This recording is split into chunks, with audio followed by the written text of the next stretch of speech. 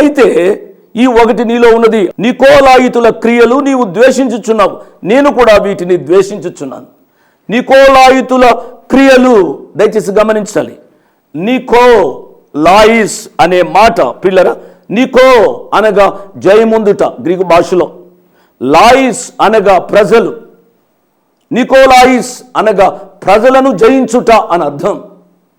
ఆ కాలంలో ఈ నికోలాయిస్ల బోధ క్రియలు ఏమిటనగా ఏదో విధంగా దుర్బోధ చేత ప్రజల యొక్క మనసును దోచుకునేవారు, ప్రజల యొక్క మనసును జయించేవారు. గమనించాలి, లాయిస్ అనే మాటలోంచి లేయిటీ అనే మాట వచ్చింది. లేయిటీ అనగా అర్చకేతరుడు. ప్రియులారా, ఈ నికోలాయిస్ అనే వాడిని గురించి మనం ఆలోచించినట్లయితే అపోస్తలుల కార్యం 6వ అధ్యాయంలోనికి మనం వెళితే అక్కడ చూస్తాము అండి, ఒక వ్యక్తిని చూస్తాము.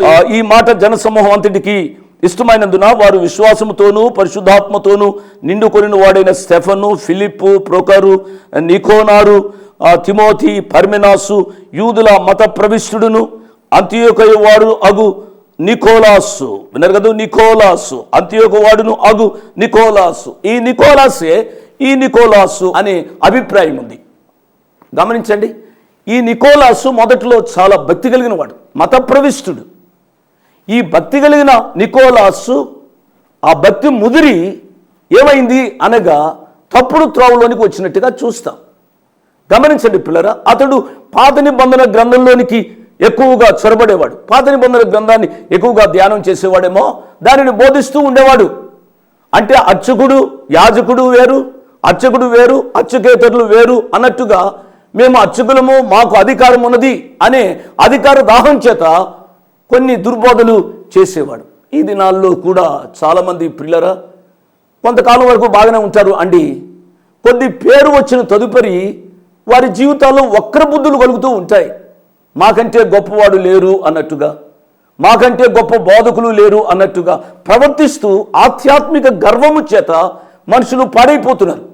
ఈ నికోలాయిస్ కూడా ఆ రీతిగా జీవిస్తూ ఆ కాలంలో ఒక కొత్త సిద్ధాంతాన్ని తెచ్చాడు. ఏమిటి అనగా, మనము పాపాన్ని అర్థం చేసుకోవాలి అంటే పాపము చేయాలి. విన్నారా, పాపాన్ని అర్థం చేసుకోవాలి అని అంటే పాపము చేయాలి.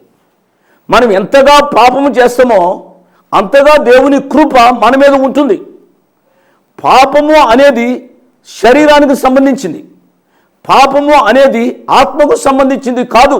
మనం ఎంతగా పాపం చేస్తామో అంతగా దేవుని కృపను అర్థం చేసుకుంటాము అని చెబుతూ పాపానికి మనుషులను ఉసుగొల్పేవాడు ఈ నికోలాయిస్. ఈ నికోలాయిస్ను మీరు ద్వేషించున్నాను కదూ. ఈ దినాల్లో ప్రియులరా ఎన్ని దుర్బోధలండి, అమాయకులైన బిడ్డలను మోసం చేస్తూ ఉన్నారు. ప్రియ తమ్ముడు, ప్రియ చెల్లి, నేను చెప్తున్నాను, నేను చెప్పిందే వినమని నేను చెప్పడం లేదు, కానీ సత్యవేద గ్రంథం దయచేసి మీరు చదవాలని ప్రభు పేరిట నేను మనవి చేస్తున్నాను. మనుషుల మాటలు ప్రామాణిక మాటలు కాదు. దేవుని యొక్క వాక్యం, పరిశుద్ధ గ్రంథం, బైబిల్ ప్రామాణిక గ్రంథం. ఈ వాక్యాన్ని చదవాలి. అందుకునే పౌలు గారు తన ఆధ్యాత్మిక కుమారుడైన తిమోతితో చెప్పారు ఏమిటనగా, stay the truth of the Bible. ఓ నా కుమారుడా తిమోతి, సత్యవాక్యమందు సరిగా నిలబడుమో. కాబట్టి నేను మనవి చేసేది ఏమిటి అనగా, దేవుని వాక్యాన్ని ధ్యానించండి, పరిశుద్ధాత్మ దేవుణ్ణి అడగండి, సర్వసత్యంలోనికి ఆయన నడిపిస్తారు అనే విషయాన్ని నేను జ్ఞాపకం చేస్తూ ఉన్నాను. కాబట్టి వాక్యానికి సరిపోతేనే తప్పనిడి. బోధించేవారు ఎంత గొప్పవారైనా, ధనికులైనా, పేరు ప్రఖ్యాతులు కలిగిన వారైనా వారిని లెక్క పెట్టవలసిన అవసరం లేదు అనే సత్యాన్ని నేను మనవి చేస్తున్నాను.